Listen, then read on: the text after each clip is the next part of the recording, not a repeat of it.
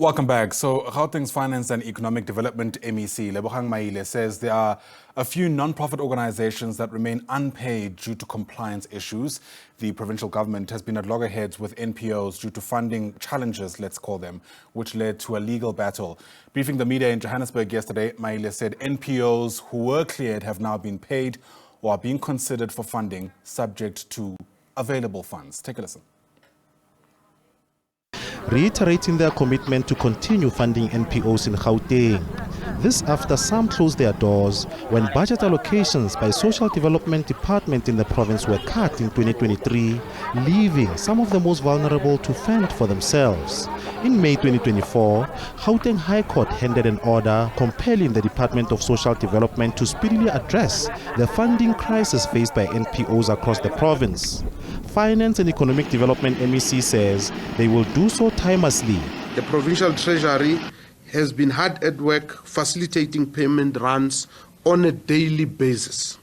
Between the 20th of May and the 18th of July, 3,031 payments amounting to 792, just over 792 million were processed. Maile says those that have yet to be paid are either non-compliant or under investigation. A total of 13 NPOs are under investigation, while 6 have been deemed non-compliant. The outcome of the investigation will guide the next steps insofar as payment is concerned. Where matters of compliance are resolved, payments will be made. In addition to non-compliant NPOs, applications for 23 NPOs have not been found in the system, while 6 NPOs have since been closed or are deemed untraceable. Gauteng Social Development MEC apologized for the harm caused by the brief discontinuation of funds. We extend a special apology to the beneficiaries that were affected, be it the elderly in the old age homes, be it children who are situated in the child and youth care centers, be it recovering substance abusers in rehabilitation centers, families that depend on shoot passers, and many other affected beneficiaries. Mazibuko has also appealed to NPOs in Gauteng to also seek alternative funding from the private sector, as the government can't do it alone.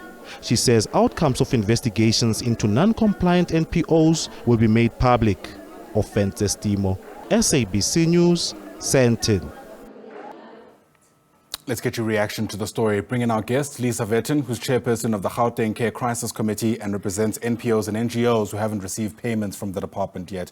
Lisa joins us via our video link. It's lovely to have you on the program, Lisa. Thanks for your patience and your time this Monday morning. You know, of course, we know that some NGOs actually had to close their doors because of not being able, frankly, to receive this funding. Let's begin by just getting a sense from you whether statements made by government correlate with the experience of NGOs you represent. They're now saying they've ironed out whatever issue existed and money is rolling out. Is that true, at least insofar as you know? Yes, that is happening. I mean, the crisis was widespread and severe. Probably approximately 760 organizations were affected, which is the entire NPO care infrastructure in the province. And they were without money for more than 2 months. The first payments only happened 31st of May, whereas they should have started beginning in April. There are still organizations who remain unpaid. You heard the MEC saying that there are approximately 30 whose applications they've either lost or are not sure if they can trace the organization. That's not a very good comment on systems administration within the department. And that's been one of the difficulties, I think, that has dogged this process. Is that a brand new process was introduced this year, which people were not familiar with in the department, didn't have experience with, and it caused a great deal of chaos and disorder. So we hope that in the new financial year, when applications are due to go out soon, it's going to revert to the previous system, which worked very well. Yeah, and you know, there's questions being raised around why the system was changed to begin with, especially as you say that it worked really well. Government representatives have come out to say that it was off the back of recommendations from the Auditor General that system, you know, had, let's call them gaps in it that needed to be fixed. Has that been clarified? You know, because I know there's also been a back and forth about whether or not the Auditor General even recommended such. Exactly. I have requested and received the Auditor General's reports in order to be able to double check that. What the Auditor General had suggested, it seems, is strictly to tie up some phrases in the contracts and to look at monitoring and evaluation. The Auditor General did not say take all responsibilities away from the regional offices, centralise it in the main office. That doesn't appear anywhere. And it was that centralisation process and the taking away of powers from the regional office where I think so much went wrong. So the Auditor General did make recommendations, but it was not change the entire system as it unfolded in Gauteng in the last couple of months. Yeah, some organizations were able to stay open, I imagine, because of their own reserves. Others, sadly, weren't able to do that. I wonder how possible it is to revive those organizations that had to close their doors, given the fact that in many instances, these NGOs try to plug the gaps left by government in the work that they do. You know, in Gauteng, NGOs don't plug the gaps.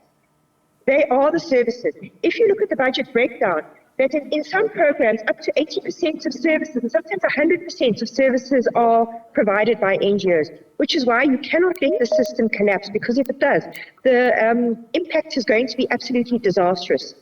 So we already know from last year that a number of services were lost to children, the drop-in centres that provide food and after-school care to children. We also know that we lost services to older persons, the service centres that were providing lunch and home-based care.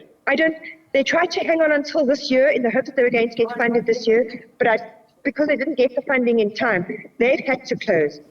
There are other organisations who've lost half their staff because they resigned, and so they are now trying to rebuild themselves. So even if they've gotten funding, they're not the service they were. Staff are so demoralised, and the word they actually use is traumatised by what happened, that it's going to take a while for that sense of betrayal to dissipate and for people to be able to focus and concentrate on their work again and to start rehiring staff and rebuilding back to what it used to be. Sense of betrayal is quite a loaded word. I was going to ask the question about where you reckon this leaves the relationship between NGOs and NPOs, because the sense I'm getting, and you'll correct me if I'm wrong, Lisa, is that government seems to be extending an olive branch to the NGOs, and I suppose part of the symbol of that is them reverting back to that old system. Yes. I mean, I think it's not helpful to have a poor relationship between the department and NPOs. So both the Premier's apology and the MEC's apology do, I think, acknowledge that harm was done. And they use a word like harm. They don't try and dismiss or diminish what happened to people. But I think it's not an apology is an important first step, but it's also going to need to translate into action. We as the Gauteng Care Crisis Committee have met with the MEC to talk about difficulties and see how they can be addressed. And there are processes in place to say, what can we do to repair this relationship and acknowledge the mutually beneficial nature of it? And that at the end of the day, we both share a common purpose, which is to ensure that vulnerable people in the province have rights to food, have rights to social assistance, have rights to be free from all forms of violence, and in the case of children, to have their best interests considered. That's our common purpose. How can we get back to that? And there's an even bigger problem, which is, with Treasury practicing financial austerity at the moment, how do we ask for a bigger amount of money for services? Because the budget was cut, it's not adequate to meet the need in the province at the moment. Yeah, I'm watching the clock, but I'm going to slip in this final question to you, Lisa. Lebogang Maile made a very interesting comment about, also, I suppose, taking time to focus on ways in which NGOs themselves could be financially sustainable. And I think there is something to be said about that. Government obviously has a role to keep these organizations afloat, but I imagine part of the discussions that are also taking place now is how we can make sure that the NGOs themselves are able to keep going without relying, let's say, on a single funder, even if that funder is the state in this case.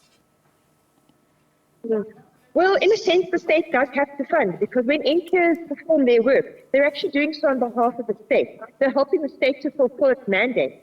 The government can never forget that they can't pick and choose whether or not to fund an NPO. If they don't want to fund an NPO, then they're going to have to provide the service themselves. We must also bear in mind that government does not fund NPO services in full. It only gives them a subsidy. So for decades, organizations have been trying to raise the money themselves.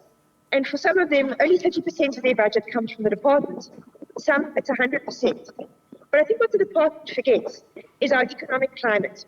It's extremely difficult right now to be able to raise funds from the private sector and from other donors.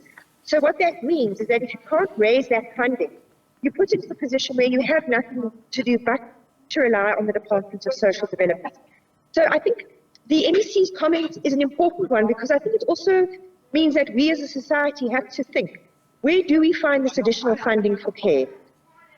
We all have a responsibility to care for people who are vulnerable in society. It's what we owe each other. Everybody needs care. So if government cannot provide all of it, where are the other sources that we can draw from? And it possibly needs to, I don't know, whether we look through some kind of tax or something like that, that ensures that people who are vulnerable get what is due to them and that their rights are upheld. But right now, that's very difficult to do when you have to just rely on goodwill.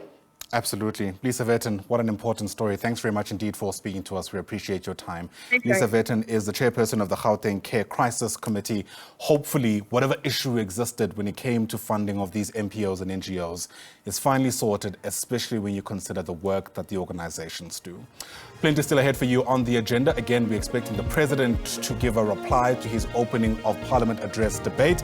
That's set to kick off at 10 o'clock. In the absence of it, I'll have up-to-the-minute headlines when I see you at the top of the hour. Do stay with us.